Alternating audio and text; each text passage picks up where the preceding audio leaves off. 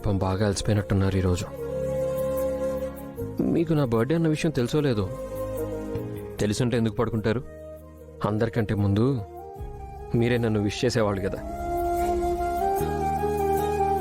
సర్లే పడుకోండి. రేపు పొద్దున్న లేస్తే ఎలాగో మీకే తెలుస్తుంది. అప్పుడు మీరే విష్ చేస్తారు.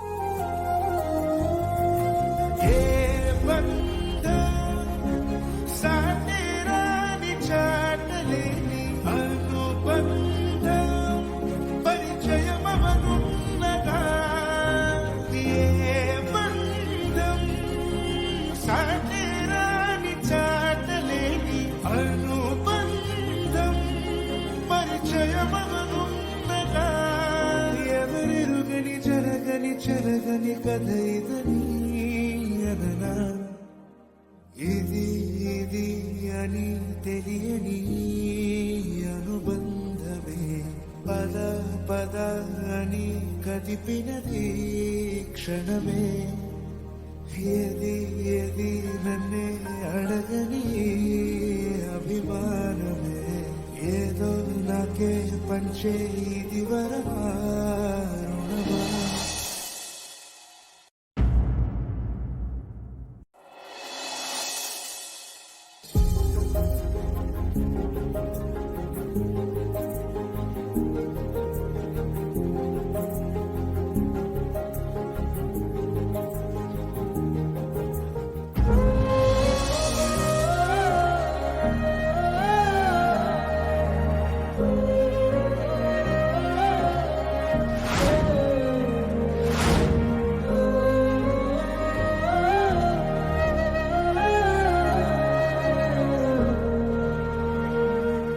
హ్యాపీ బర్త్డే రా.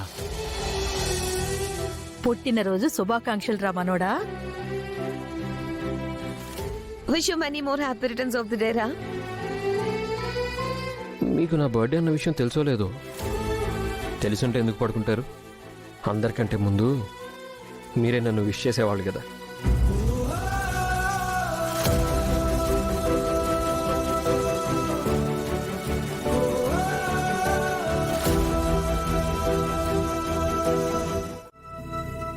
లేదండి,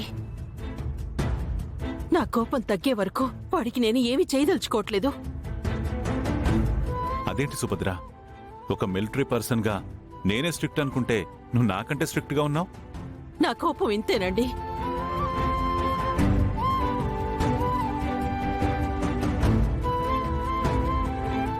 గౌతమ ఒక్క తప్పు చేయకుండా ఉంటే ఎంత బాగుండేది. తల్లి కొడుకు దూరం అయిపోతున్నారు.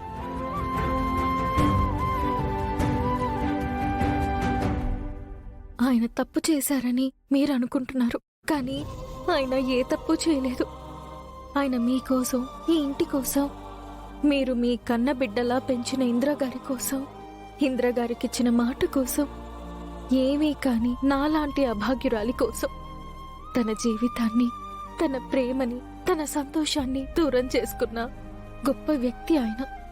ఈ విషయం తెలియక మీరు ఆయన్ని అపార్థం చేసుకుంటున్నారు. కానీ ఆయన చేసిన త్యాగం మీకు తెలిసిన రోజున ఆయన్ని చూసి మీరు గర్వపడతారు.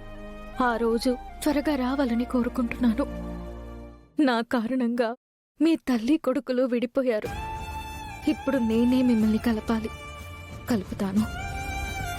నా ఈ ప్రయత్నానికి ఎలాంటి అడ్డు రాకుండా చూడు స్వామి.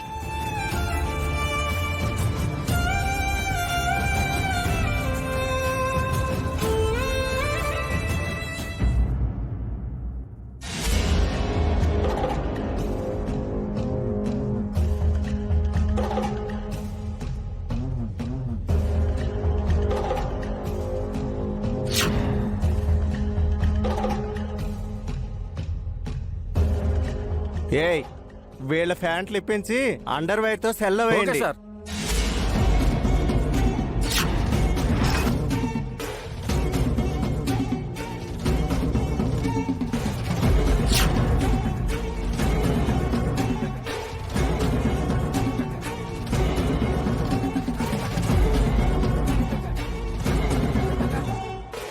అరే సత్య, 2 రోజుల నుంచి బయటికి వెళ్లకుండా తాగుతూనే ఉన్నావు.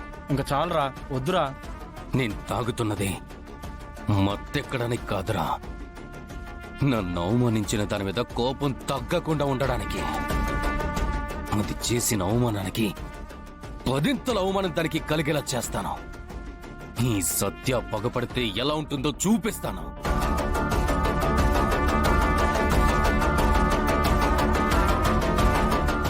రే సత్య, నువ్వు అమెరికా నుండి ఇండియాకి వచ్చావని మీ అన్నయ్యకి తెలిసిపోయింది.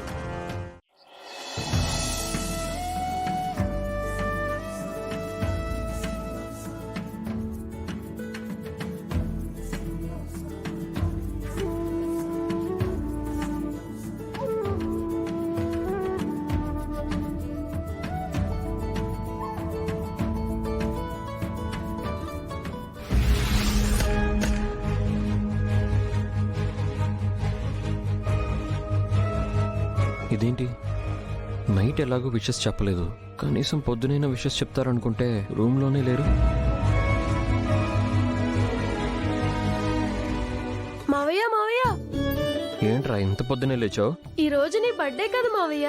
ఈరోజు నా బర్త్డే అని ఇంట్లో అందరికీ తెలిసింది, ఒక్క మీ అత్తయ్యకి తప్ప. ఎక్కడికి వెళ్తున్నావు మావయ్య?